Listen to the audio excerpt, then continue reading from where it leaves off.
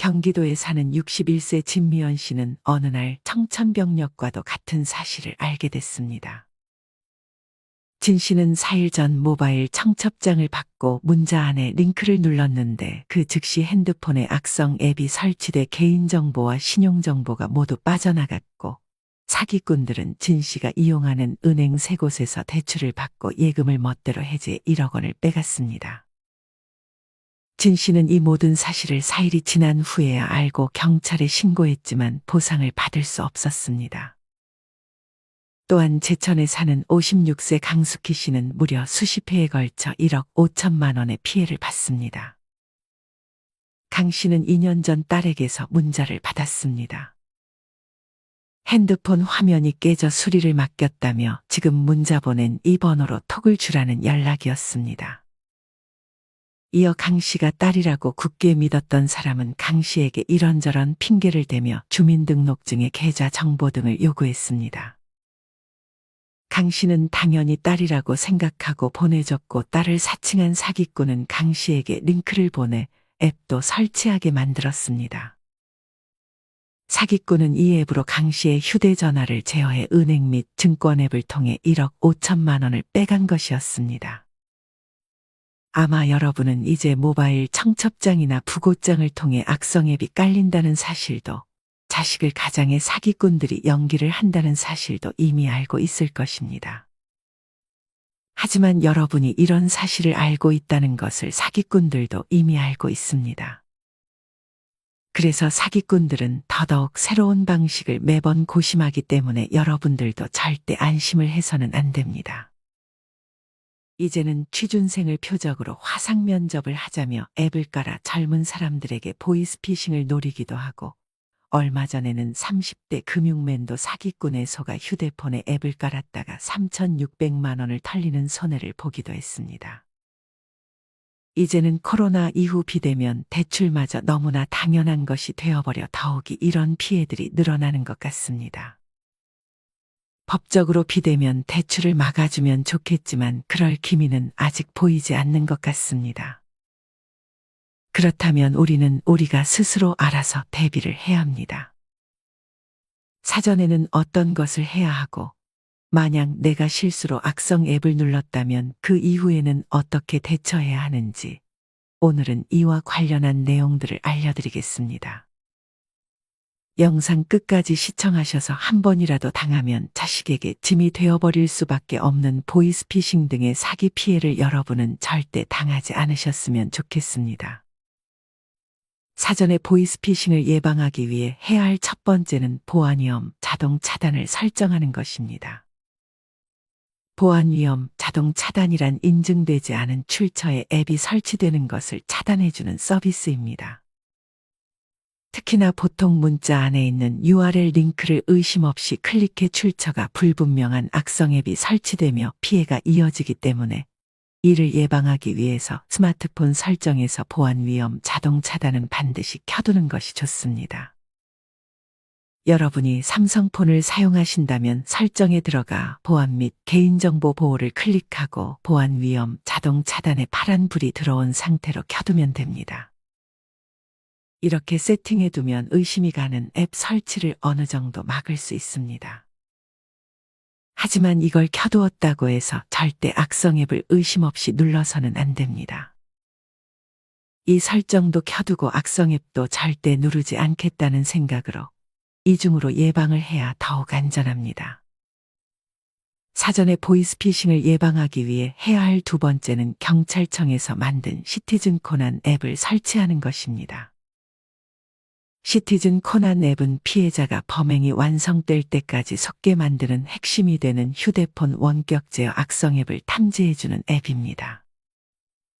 삼성폰에서 시티즌 코난을 설치하는 방법은 착한 기린 IT라는 블로그에서 아주 잘 설명해 주었습니다. 첫째로 플레이 스토어에서 시티즌 코난 앱을 검색하고 설치를 진행합니다. 둘째로 이용약관 및 전체 동의에 체크하고 다음을 눌러줍니다.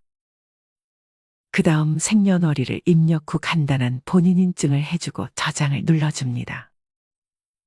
이렇게 설치를 하고 나서는 다음과 같은 화면이 나오는데 악성 앱을 탐지해 보려면 검사하기를 눌러주면 됩니다.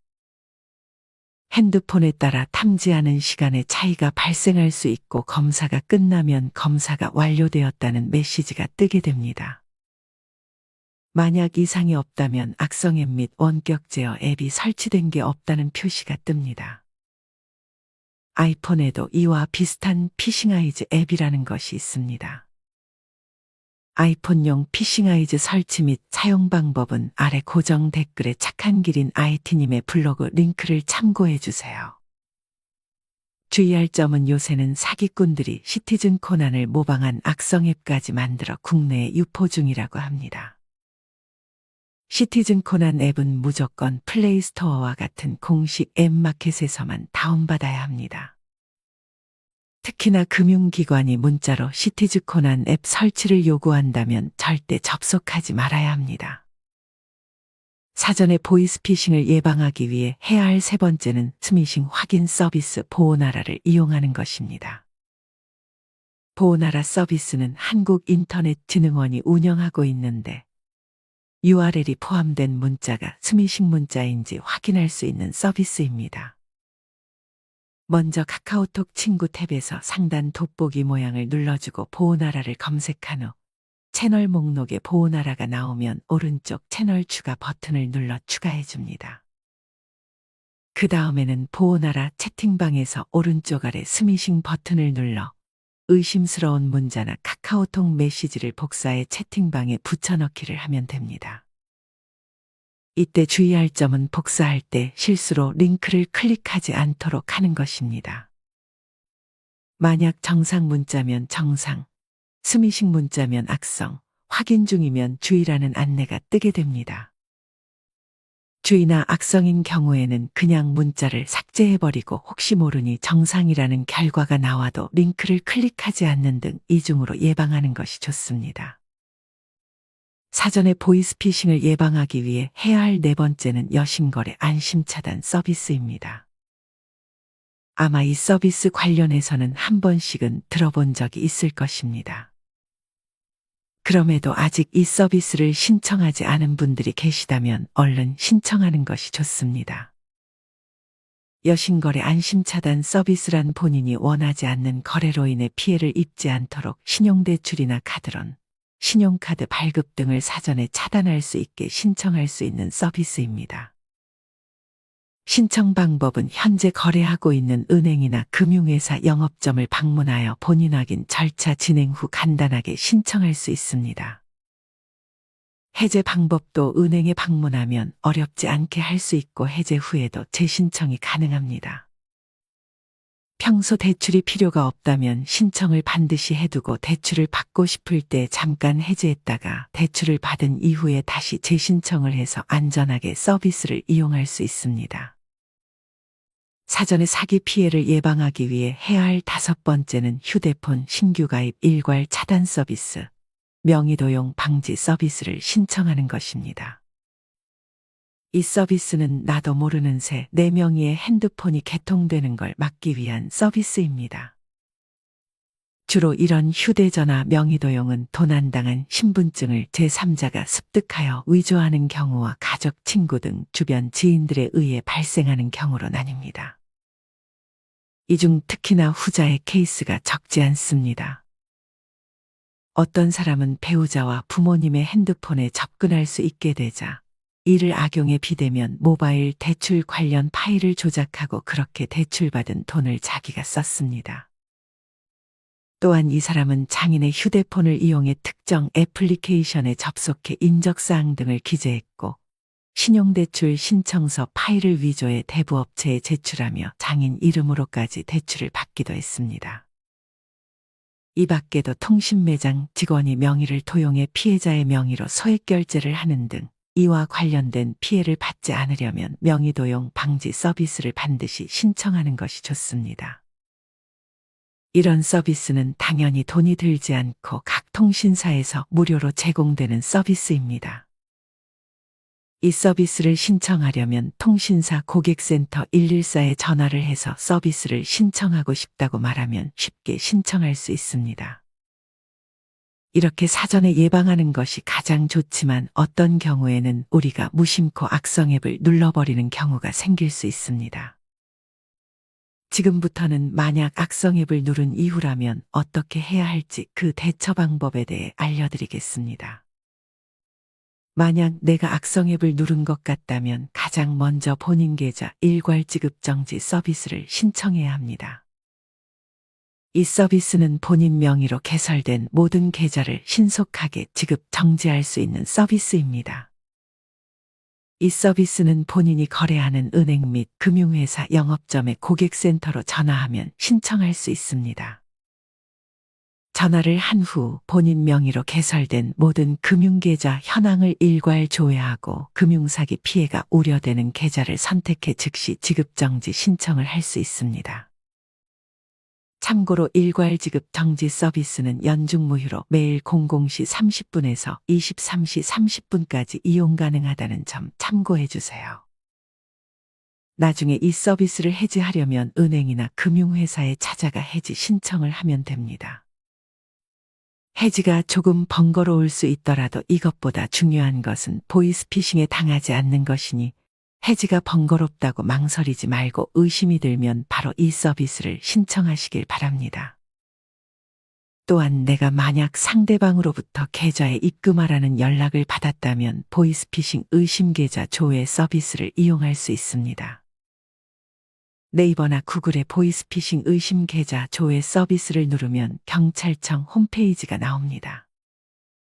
이를 클릭하면 아래에 의심이 가는 계좌번호나 핸드폰을 입력해 수상한 계좌인지 확인할 수 있습니다. 마지막으로 보이스피싱 제로라는 사업이 있습니다.